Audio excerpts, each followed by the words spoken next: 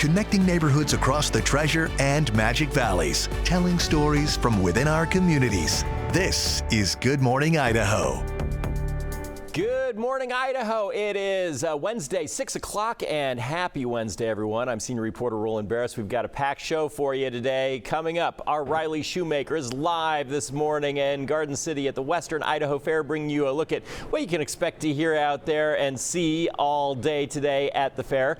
Also, we've got a lot to get to from our large team of neighborhood reporters as well. Our Leslie Solis brings us new details on this horrible story out of Caldwell. It's a teen's death that we've been reporting on. We're going to learn more about the 18-year-old girl who was killed, also her father, who's being charged with her murder. Plus, coming up in our next half hour, our Canyon County neighborhood reporter Victoria Rodriguez is learning more about a house fire that left a family of 6 displaced and their pets dead. Plus, tips from the fire department on what steps you can take to protect your home.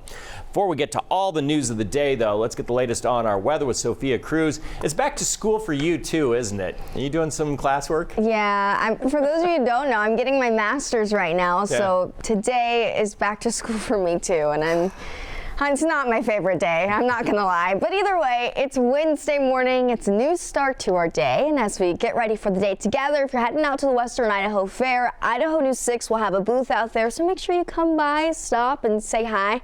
I myself will also be there, and as we head into our afternoon there, it's gonna be a toasty one, so even by 11 a.m., we'll be sitting in those upper 70s, into 3 o'clock, lower 90s, and we'll stop at the 90s today, which will be pretty nice, especially because we're not hovering near the triple digits.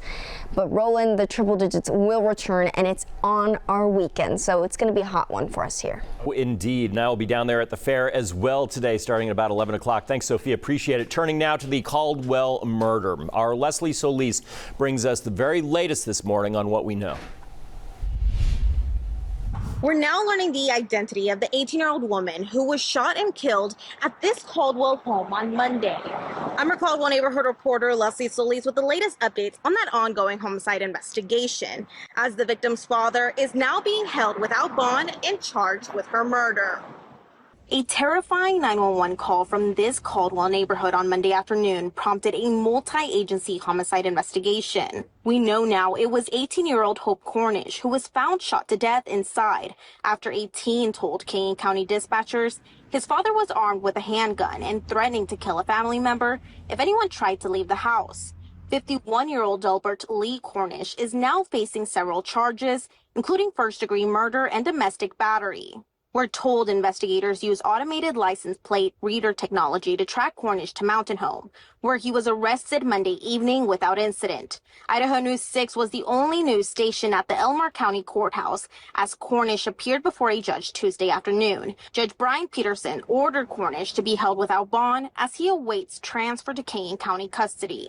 No word yet on when that transfer will happen, but I'll continue to bring you the latest updates on this active investigation on IdahoNews6.com. I'm your Caldwell neighborhood reporter Leslie Solis for Idaho News 6. A Washington state father who police say killed his 3 young daughters remains at large, and authorities don't know whether he's dead or alive. New DNA evidence, though, confirms Travis Decker as the only suspect in his daughters' deaths. Each of the 3 girls was found dead in a campground in Chelan County with bags over their heads. Police say those bags and cable ties found nearby contained Decker's DNA. As for his whereabouts, that's still unknown. State and federal authorities have canvassed the rural Washington region where the murders happened, and 2 prior tips that he could be in Idaho were wrong. The U.S. Marshal's Office is offering a $20,000 reward for information that leads to his arrest. The Valley County Sheriff's Office raising evacuation levels to set for some residents on West Mountain, west of Lake Cascade. This as the rock fire continues to burn next to Tamarack Resort. Here's a look at that latest map. You can see Tamarack is in that yellow set zone. And while the marina and lifts are closed, the golf course and spa are still open. 2 other zones to the south remain in green or ready status, and some trails and roads in the area are closed. The fire has burned roughly 2,700 acres now since it was sparked by lightning last week. Boise National Forest says even though containment is still at 0%, firefighters have been actively meeting their objectives and progress is being made. A wildfire scorched more than 200 acres in the Eagle foothills Monday, stressing the importance of defensible space around homes during fire season. I'm your Eagle neighborhood reporter, Greenlee Clark, and this Idaho News 6 drone footage shows just how close those flames got to homes in this Eagle neighborhood. So I asked the fire department what you should do now to protect your home in the future. 240 acres burned Monday afternoon in the Eagle foothills due to some construction nearby, forcing neighbors to evacuate. The homes up in that specific neighborhood are in what we call a wildland-urban interface zone, so the defensible space that they had. Kobe Wolf with Eagle Fires says despite the close call, some residents were ready for wildfires close to home. They took precautions by removing flammable materials, limiting vegetation, and following other guidelines around their homes. These actions helped slow the wildfire and gave first responders time to protect their neighborhood. I spoke with Elise Baker, a local resident, and she told me. I was in my house. I had gotten home from school, and my mom told me there was a fire up at our neighbor's house. And so we came out and we were watching it and making sure it wasn't coming over. With the flames closing in on Elise's home, her family immediately took action to protect their pasture where they grow and sell hay. She mentioned that the fire wasn't completely visible from their house, but firefighters faced some clear challenges. I know they were using hoses, but I know they didn't have a lot of water since we don't have fire hydrants up here, since we're not in the city limits technically. Despite these challenges, Wolf praised the community for acting quickly and thanked the firefighters who stepped up during their off hours. With some outstanding work from our firefighters all across the valley, we were able to get the fire contained with no losses to any structures. For homeowners interested in a free wildland home assessment, you can visit our website at idahonews6.com for more information. I'm your Eagle neighborhood reporter, Greenlee Clark, for Idaho News 6. 6 minutes past the hour, it is Idaho News 6 Day at the Western Idaho Fair. So let's take a live look from the fairgrounds this morning with Garden City neighborhood reporter Riley Shoemaker. Good morning, Riley. Good morning, Roland. I am learning so much today here at the Western Idaho Fair, specifically about livestock and the animals that they have here. It's really their bread and butter, and I'm learning from the best. Here I have Aubrey Workman, who has a friend of hers with her. Aubrey, who is this that we have here? This is Edith. She's my breeding gilt. All right, why don't we get Edith out? Come on, Edith. She was all ready to go, for a while here, and now that it's showtime, she's getting camera shy. So, Aubrey, can you tell me a little bit about what makes a winning? Just about body composition, structure from the ground up. So you kind of go from the bottom of her feet to the top of her shoulders, looking for correct structure, muscle mass, that kind of thing. And so what goes into prepping them for this sort of thing? Yeah, so a lot of the times you are working every day, twice a day, to get them trained for fair. I know that I'm working twice a day. Some people don't do that. But, you have to feed them, work with them every day, water them, take care of them, that kind of thing. Awesome. Well, it sounds like a lot of work goes into this, and that's what I've really seen with every single animal here. And I'm going to be meeting some more animals throughout the morning, so stay with us. I'm Garden City neighborhood reporter Riley Shoemaker, Idaho News 6. The Western Idaho Fair is an institution in this valley, and Bob Batista is a big reason why. I sat down with a man who served as fair director for 26 years as he gets ready to call it quits after this year. I've been doing this for a long time here, and I love this fairgrounds, love working for the county. But, after a while, it's just, as my old boss says, there's a shelf life for everything. Bob Batista has seen a lot of changes at the fair over the last 26 years. I've always kind of wanted to add something to this grounds that was kind of unique. Like the chairlift that was added about 8 years ago. When we designed it and put it in there, we took it almost parallel down this midway, which is where all the people are, where all the lights are. You've been on it at night. What a fun ride to go at night and see all the lights and everything lit up. And, most of the time, that's when our heaviest traffic is here. And you can't forget the kids from the 4-H and FFA and their animals. It's a big part of what we do. This is like their Super Bowl, right? It is. This is a big part of what we do. I mean, fairs grew out of agriculture. Bob will be the first to tell you there have been some bumps along the way. Was there any one time where a big act, had to cancel for whatever reason weeks before their concert? Yeah, the one that comes to mind, Don, is Pat Benatar.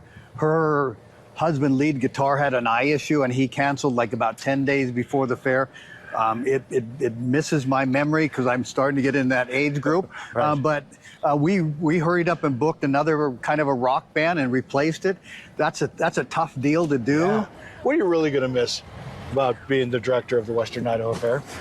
Well, a lot of it's going to be my staff. You know, when you work with people for 20 years, you can see it affects me a little bit already. That's hard to part with. As far as what's next for Bob? Try and go mow a lawn on a Wednesday. I usually mow lawns on Saturdays, so we'll see what it's like to mow a lawn on Wednesday. After the break, the latest on peace talks between Russia and Ukraine, as many remain skeptical about Russia's true intentions when it comes to ending the war. Okay, well, happy Wednesday. Our neighborhood of the day is Garden City. So if you're heading out to the Western Idaho Fair, again, the Idaho News 6 team will have a booth out there. You can come by, stop, and say hi. It's going to be in the mid-90s. The rest of the forecast ahead coming up. Thanks, Sophia. It is 13 minutes past the hour. Let's take a look at your national headlines this morning. The Texas House plans to vote today on controversial new congressional districts amid a Democratic protest that's been going on, of course. Democratic State Representative Nicole Collier refused to sign a form allowing police escorts and has remained on the House floor for the past 2 days. More Democrats have now joined her protest, calling it a slumber party for democracy. Republicans ordered the police escorts after Democrats left the state for 2 weeks to delay the redistricting vote. The battle is part of a nationwide fight over congressional maps ahead of the 2026 midterm elections. Hurricane Aaron's going to bring its most dangerous conditions to the East Coast today without actually making landfall. That's the good news, I guess. The Category 2 storm at this point is expected to churn up life-threatening rip currents and push up to 4 feet of storm surge into North Carolina's Outer Banks. Forecasters predict waves up to 20 feet high today, threatening severe beach erosion and coastal damage. North Carolina's governor has declared a state of emergency as communities prepare for the peak impact. And Israel's military leaders approved the next phase of its expanding offensive in Gaza overnight. It came as smoke rose above the skyline on the Gaza Strip, and this expanded operation would nearly double Israel's active reservists to 120,000. Prime Minister Benjamin Netanyahu says he's ruled out any deal that excludes the return of all 50 remaining hostages. 20 of them are still alive, apparently. Hundreds of thousands of Palestinians, of course, are sheltering in Gaza City, and the 2.2 million that live in Gaza are increasingly facing famine. Now to the latest on where things stand on peace talks between Russia and Ukraine. Now, President Trump is vowing that when it comes to guaranteeing Ukraine's security, there will be no American troops on the ground. It comes as the White House continues to try to arrange a meeting between President Zelensky and President Putin. ABC's Nicole D'Antonio is in Washington with the details. President Trump pushing for peace talks to end the war as Russia continues its attacks on Ukraine. Overnight, President Trump confirming the next round of talks between Vladimir Putin and Volodymyr Zelensky will likely happen without him. But Russia still hasn't confirmed whether or not Putin is on board. Russian officials now saying any face-to-face between Putin and Zelensky must be, quote, prepared with the utmost care. Critics accusing Russia of delaying the talks on purpose. What the Russians do and have done over and over and over is stall. And it allows their military to continue to batter, bombard the Ukrainians, which they've done. Meanwhile, President Trump is now clarifying plans to defend Ukraine from any new attacks, telling Fox the U.S. will not put any troops on the ground, but saying the U.S. could help with air support from the skies. What kind of assurances do you feel like you have that going forward and, past this Trump administration, it won't be American boots on the ground defending that border? Well, you have my assurance, and I'm president. During his visit to the White House this week, Zelensky and European leaders were adamant that a path to long-term peace must include security guarantees. We are working hand in hand with the United States. Their commitment to participate in the security guarantees with the Europeans and other like-minded countries is a very important step, a very welcome step. Meanwhile, Russian forces are still pounding Ukrainian targets. Since Monday, Ukraine's Air Force said Russia has launched hundreds of drones and missiles into Ukraine. The president says he wants the meeting between Putin and Zelensky to happen quickly, insisting he doesn't want to wait another month. Nicole D'Antonio, ABC News, Washington. Welcome back, everyone. It's 19 minutes past the hour. It was Shark Week last month, and seals everywhere were scared, except for the ones down at the Western Idaho Fair. They don't have to worry about it. Garden City neighborhood reporter Riley Shoemaker joins us with some of the top entertainment this morning, including Sea Lion Splash. Riley?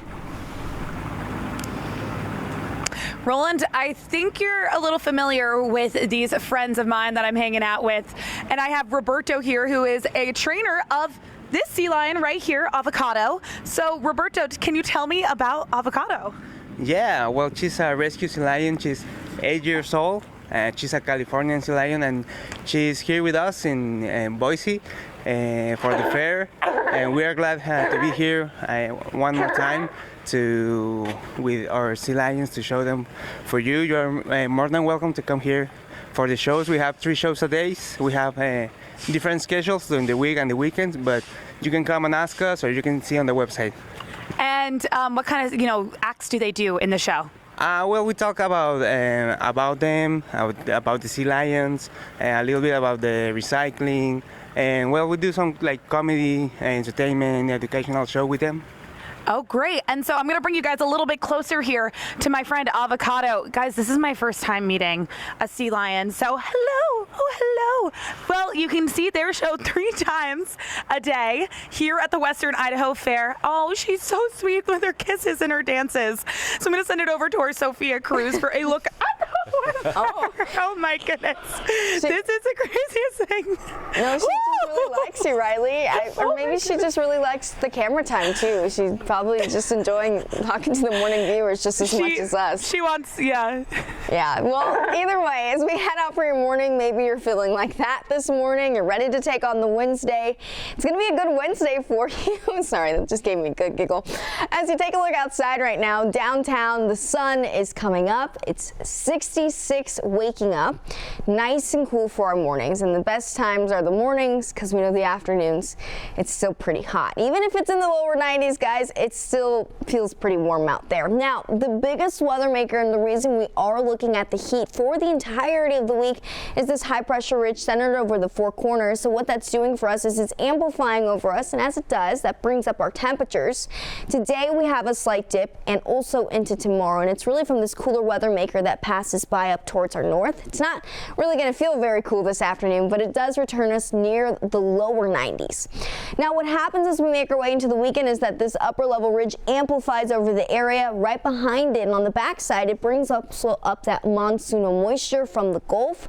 That'll bring on those isolated storm chances as we head into the next week. But for today, here's what your numbers look like. It's a lot nicer than what we saw at the beginning of the week, right? You've got lower 90s as you head into the Treasure Valley. A bit hotter still in Glenns Ferry, about 97 this afternoon. And as far as the weekend goes, it is going to be a hot one for us, so do prepare for the heat. If you have any outdoor activities you may need to you're wanting to do, hiking, whether it's heading out to the fair, make sure you are staying hydrated and wearing plenty of sunscreen. You get 97 by Friday. Saturday, possibly a triple-digit day for us. Sunday is going to be the mid-90s, so we slowly see temperatures dip back down near normal. However, it's still hot outside, and that's just the really truth of the forecast this week. You've got your severe outlook. No severe weather in sight, but we do have that chance of isolated storms from the monsoonal moisture coming in. Walking you through this, it's not widespread impacts, but you will notice this if you are in the Magic Valley. Into lunchtime, we'll start to see these showers bubble up across the area. It moves out, and it's pretty quick and fleeting. Throughout the rest of the day, it's pretty quiet out there. We'll start to notice that those wind gusts do increase and remain pretty steady. By Thursday afternoon, the clear conditions continue on. So for our 7-day forecast, what this shows you is that as we head into tomorrow, you'll have those lower 90s, into the weekend, upper 90s, and then by next week, we return near normal.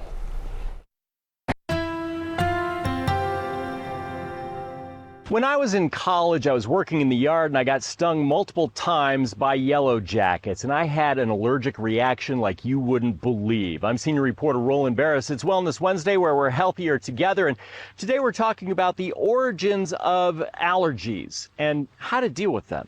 A severe incident like a yellow jacket attack can trigger future allergic reactions, but generally, Dr. Daniel Meltzer says we're predisposed to allergies in our life. So there is a genetic component. That is to say, we know that if parents, a parent or two parents, have allergies, their children are more likely to have allergies. An estimated 80 million Americans have allergies, and sometimes we don't even know it. So Dr. Meltzer says it's important to see a doctor if you have questions. What's critically important, particularly for parents or adults, is to get yourself assessed, because physicians, particularly allergists, can do testing which will identify if in fact you have allergies and what those allergies are related to. The good news is chronic allergies can be treated with pills or shots, but generally, allergies don't just go away. However, some people, depending on the treatment that they have, those symptoms can be reduced and to some extent extinguished, and people's symptoms may change as they get older. And if you have a severe or anaphylactic reaction to something like yellow jackets, it's important that you have an EpiPen that you get from your doctor just to be safe. For Wellness Wednesday, where we're healthier together, I'm senior reporter Roland Barris, Idaho News 6. All right, everybody, thanks for joining us this morning on Good Morning Idaho, and we've got a lot more in store coming up in our last half hour on this Wednesday. Here's what's still to come from your neighborhood reporters. A teen home alone escapes a Caldwell house fire. Experts weigh in on what all kids should know in case of an emergency like this one. In Kuna, I'll tell you about changes in the Kuna School District as kids head back to school tomorrow. Connecting neighborhoods across the Treasure and Magic Valleys, telling stories from within our communities. This is Good Morning Idaho. Good morning, Idaho. It is 6:30 and we're well on our way to a wonderful Wednesday out there. I'm senior reporter Roland Barris. We've got a lot in store for you with our team of neighborhood reporters this morning. Riley Shoemaker is live this morning at the Western Idaho Fair. She's going to be in just a little bit to show off what the fair has to offer coming up in a bit. But also this morning, Kuna neighborhood reporter Brady Caskey shows us what's new in the Kuna School District as those students get ready to go back to classrooms tomorrow. That and much more coming up. First, though, let's bring in Sophia Cruz, the latest on our weather. It's fun to see the sea lion. I forget, seals and sea lions are different. They have sea lions out at the fair this morning. I think a common phrase used for both of them also is that they're like the puppies of the sea. And we saw that a little bit this morning with O'Reilly. Either way, as you head out for your Wednesday morning, good morning to you. I'm taking you to Twin Falls, where it's a cloudy start to the day with the sun slowly coming up. Temperature sitting in those lower 70s. If you're heading into the bus stop this morning, mid 60s on the way there. By the time you're heading home, you'll see and sit with those lower 90s, so it'll get pretty toasty this afternoon. Make sure you've got your water bottle as you head out for recess. Also, it's going to be really nice and sunny here and rolling as we head into the weekend. The triple-digit heat is going to return, so it's a pretty hot week here we're having. No doubt about that. Summer is not going away. Thanks, Sophia. Appreciate it. We turn now to a house fire in Caldwell on Monday that we're learning more about this morning. That family is okay, but they're without a home now for the time being. Our Victoria Rodriguez reports.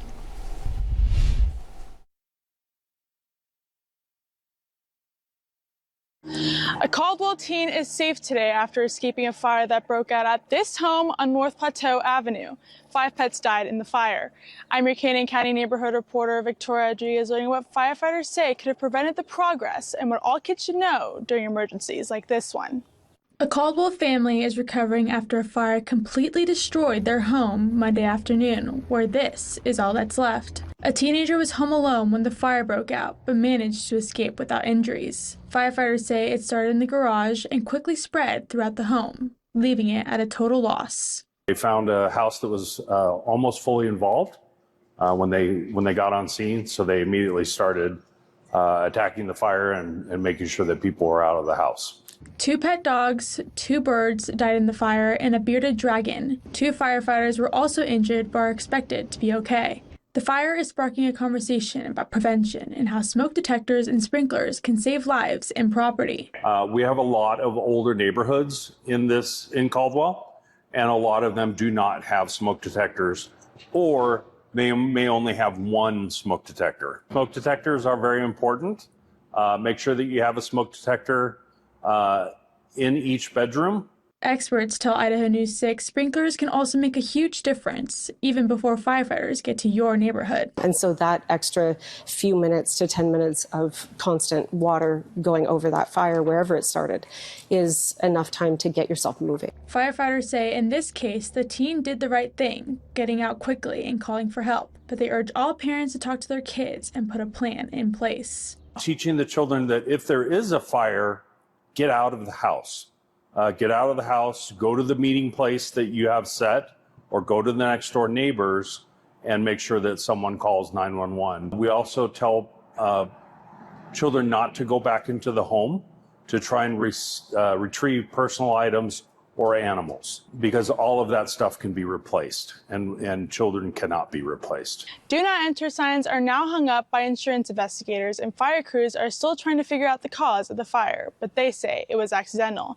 In Caldwell, I'm your Canyon County neighborhood reporter, Victoria Rodriguez, Idaho News 6.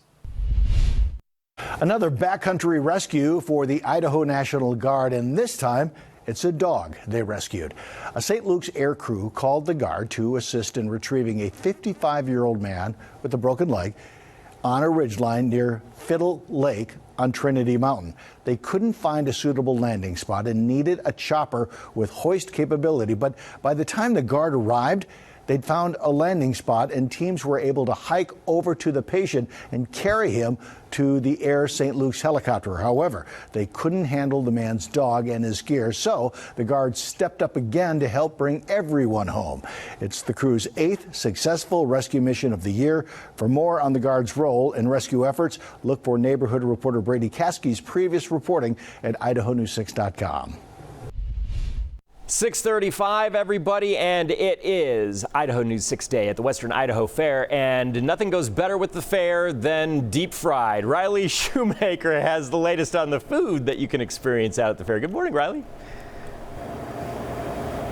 Good morning, Roland. You know, sea lions I'm not so familiar with until today, of course, but something that I do know is fried food, and so does Louis Deckard here at Colossal Onion Blossoms. This is, you said, about your 25th season here at the fair, and can you tell me a little bit about your stand here?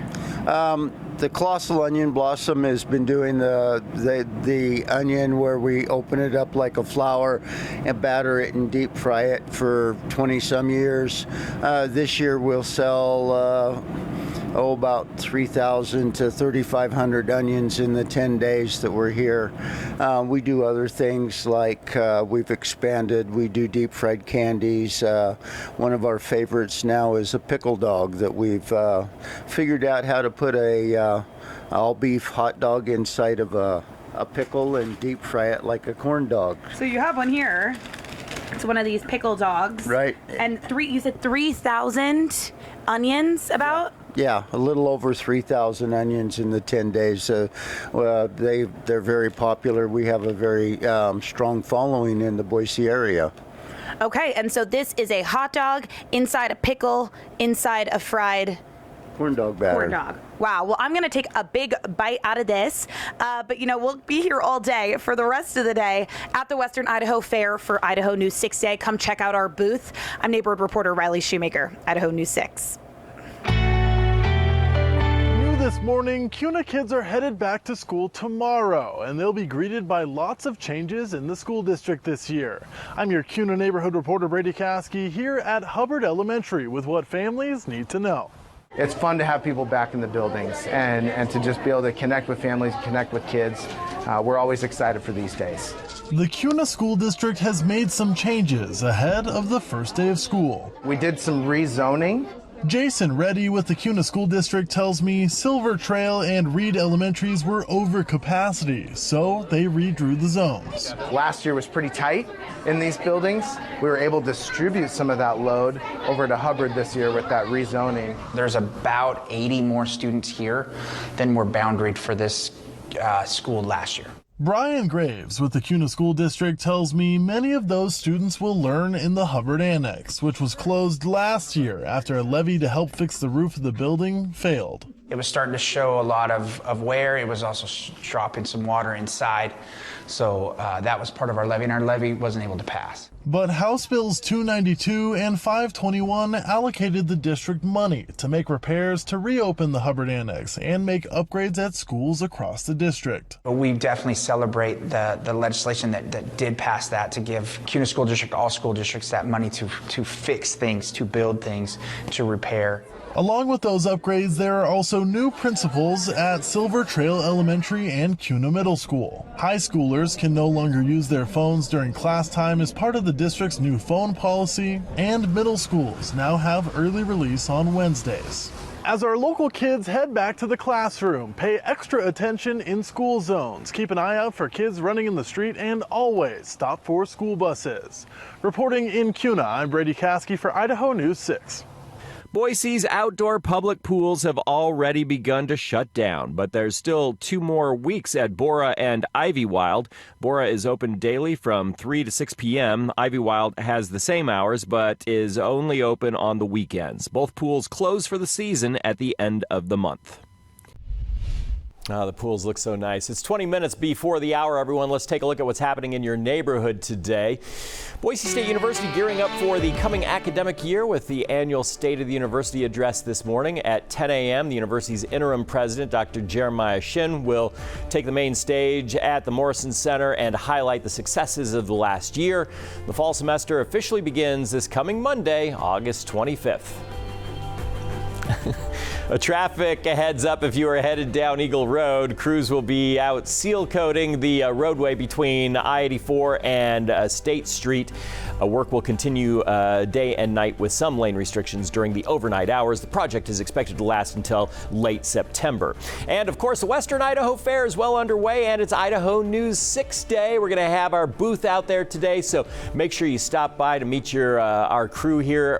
Sophia and I are going to be down there, and the rest of the crew, and you can even enter to win a free tablet, that along with usual fair attractions, rides, music, animals, and more. And we will see you there. I want something deep fried. In Northwest Boise, I'll take you inside the city's newest apartments as Boise adds more than 100 affordable housing units to this neighborhood. Shout out to our neighborhood of the day, Garden City, with mid-90s this afternoon. I'll have the rest of the forecast ahead and be telling you how the triple-digit heat returns by the weekend. Coming up. Boise is adding more affordable homes, and HUD Secretary Scott Turner joined Senator Crapo and Mayor Lauren McLean to mark the opening of Wilson Station Apartments. I'm Northwest Boise neighborhood reporter Riley Shoemaker speaking with those government leaders about what these 102 units means for local families. Wilson Station first opened in May. 102 units serving Idaho families earning below 80% of the area's median income. And with this project, that's just steps away from Taft Elementary School, 5 families who were previously homeless now have a place to proudly call home. To put cost in perspective, to qualify for housing here, a single person can't earn more than $44,000 a year. And experts recommend spending no more than 30% of your income on housing. So on that max salary, that means rent should cost about $1,200 or less. Local realtors data shows the average studio in Boise costs about $1,450 a month, which is just over HUD's fair market rate of $1,390. Here at Wilson Station, studios start at below $1,100 and top off at $1,450, aiming to stay within reach for working families. With Wilson Station now open, the city of Boise has added over 500 affordable homes since 2022. I'm your Northwest Boise neighborhood reporter Riley Shoemaker, Idaho News 6. All right, well, happy hump days. You head out to the bus stop, 60s, coming home, lower 90s. I'll be showing you when the triple-digit heat returns coming up. It is 6:46. We've checked out the animals, we've checked out the sea lions and the food, and what else? Well, there's definitely the rides. Let's check back into the Western Idaho Fair with reporter Riley Shoemaker on the ride this morning. Good morning. You're used to this. It's a ski lift. Yes, Roland, it has been a morning of firsts for me. Something I am a little more familiar with is a ski lift. I'm here on the Sky Ride at the Western Idaho Fair. I will say it's probably one of the only rides that I will be able to partake in. I get quite motion sick, so circular motions, not for me. Certainly nothing that goes upside down. But, you know, today we were with the livestock, meeting with all those young kids that put so much work into these animals every single day throughout the year, prepping for this fair. I met Avocado, the sea lion. She was, quite sweet. She gave me some kisses. I've never met a sea lion before. I tried a hot dog stuffed pickle in a corn dog, and now I'm here on the Sky Ride. It is Idaho News 6 Day here at the Western Idaho Fair, rather. It is also Armed Forces Day. We will be at our booth all day long. You can come say hi. You can visit us. You can do some trivia for a chance to win some prizes. It's going to be a lot of fun, so come on down and say hello. I'm Garden City neighborhood reporter Riley Shoemaker, Idaho News 6. Hey, thanks, Riley. Your shot reminds me of Mary Poppins for some reason. You're getting to try all the fun festivities, getting a ride on the lift, and it's going to be a good day overall. It is going to be toasty this afternoon, so if you are planning to head out there, just a heads up, it will be hot, especially with that black pavement. Again, that absorbs the sun's heat, so it's going to feel a lot hotter when you're walking around there. For the morning, though, that's not the problem. It's nice and gorgeous to start the day. We've got a good cotton candy sunrise kicking it off. Temperatures over downtown sitting at about 66, and as we continue to move through our day, I want to talk about our wildfire smoke because it will contribute to some hazy skies for some of us. It gets heaviest and most dense near Salmon, and as we continue into the afternoon, light haze will build in across our foothills and over downtown. By Thursday around noon, the way our wind pattern's going is going to shift it all across eastern Idaho, but it'll look pretty quiet for us here in the Treasure Valley.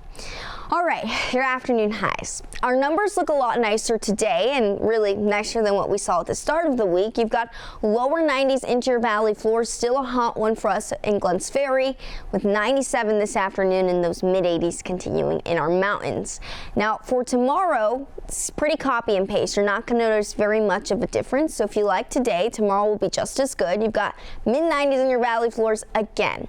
Now, unfortunately, we don't stop at the mid 90s this week. We are going to see that possibility of triple digit heat returning into the weekend. The reason we're seeing this dip right now is because of this cooler weather maker passing low up to our north. While it doesn't feel cool in the afternoons, it does provide some slight relief and it makes it a little bit more comfortable out there.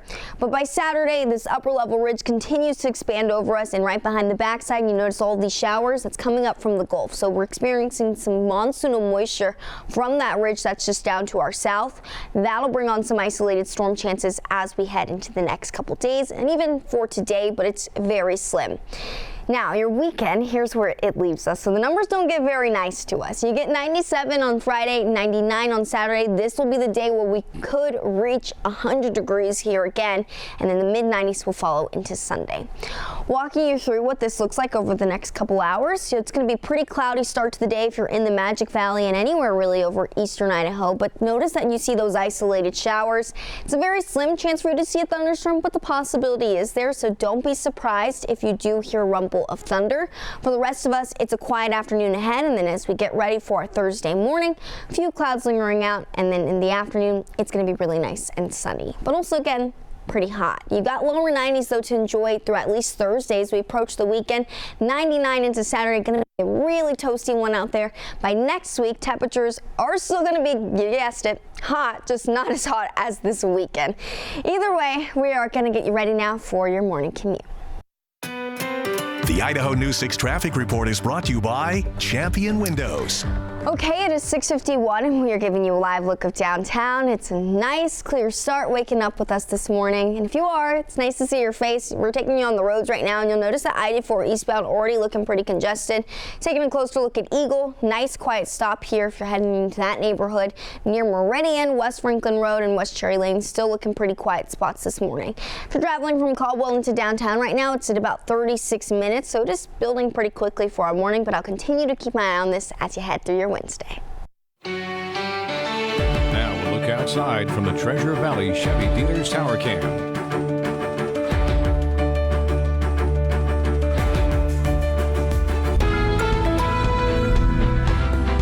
In this This morning's GMA First Look, an incredible story of survival. I knew right away that it was a really bad situation to be in. 38-year-old Wisconsin native Alec Loon lucky to be alive after suffering 6 harrowing days, seriously injured on a remote mountain in Norway. Just sliding down this kind of really steep slope. Loon came to a halt by slamming into a rock, breaking his left femur, fracturing his pelvis and a couple of spinal vertebrae. And this morning, he's telling his story to GMA. What was the low point of your ordeal? When the weather was so bad, I knew that I'd already been reported missing, but no one had come for me, that it didn't seem like anybody would be able to make it up there for me. And coming up at 7 a.m., we'll have much more of our exclusive interview and the dramatic moment when he was finally rescued. With your GMA First Look, I'm Will Reeve, ABC News, New York. And we are back on a Wednesday, 5 minutes before the hour, and we are just wrapping up here. In case you missed it, these are the top stories that we are following from our neighborhood reporters. An active homicide investigation underway in Caldwell. 18-year-old Hope Cornish was found shot to death in a Caldwell home after another teen escaped and called 911. Her father, 51-year-old Delbert Lee Cornish, has been charged with first-degree murder and is being held without bond in Elmore County before transfer to Kingman County. Boise is adding more affordable homes. That effort continues with the opening of Wilson Station Apartments, a 102-unit complex next to Taft Elementary. It serves families earning below 80% of the area's median income. 5 families who were previously homeless have already moved in. In the Eagle Foothills, we learned what sparked Monday's wildfire and share important tips on how to protect your property in the future. With the effort of Eagle's Fire Department, no homes were lost in the vegetation fire that burned more than 200 acres. Neighbors are safely back in their homes, but fire officials want to let homeowners know the precautions to take when living in the foothills. All these stories on our website. Just head to idahonews6.com. Now, the Out the Door forecast, brought to you by Pella Windows and Doors. All right, it is 6:56, and as you get ready to head out the door, it is going to be a nice, cooler start waking up, but you won't want to make sure to forget the water bottle or sunglasses. It'll be sunny throughout the day, and as we head into 1 o'clock, we'll be sitting in those mid-80s. By the afternoon ahead, we're stopping at the lower 90s, so that'll be pretty nice. Now, the triple-digit heat does return into the weekend, so if you do want to check out the rest of the forecast, you can head on over to idahonews6.com. Otherwise, let's go get a check on your morning commute. The Idaho News 6 traffic report is brought to you by Champion Windows. 6:57 is your time, and we are giving you a live look of downtown where the sun is coming up. It's Wednesday morning. We're making our way into our hump day commute. Now, you've got I-84 eastbound starting to run a little bit of slowdown here as you make your way into Meridian. Throughout the rest of the area, just to give you a good look, eastbound lane looks very busy this morning. The westbound lane heading out in that direction. As far as travel times go, we are sitting in the yellow, so there's some spots slowly building up between 16 to 7 minutes as you make your way across I-84 eastbound. So it's starting to be a little bit of a busier Wednesday, but at least it's hump day. Oh wow, this is a cool live shot. Right? Isn't that great? So we're going to be down there at the fair later on today. It is Idaho News 6 Day at the fair. It is Armed Services Day as well. What are you going to get this deep fried? I'm going to get maybe Oreos if they have that, or I want to get on some of the roller coasters. It does look great. Doesn't it look fabulous? And it's so great at night to ride the chairlift because all the lights lit up. That's what the fair is all about for me, and the wonderful weather. But I'm telling you, in Wisconsin, they actually deep fry butter. You ever heard of that? That would not sit well with me. I don't think that's where I stop. Right, exactly. The extremes. It's going to be fun down at the fair. We'll see you down there, everyone.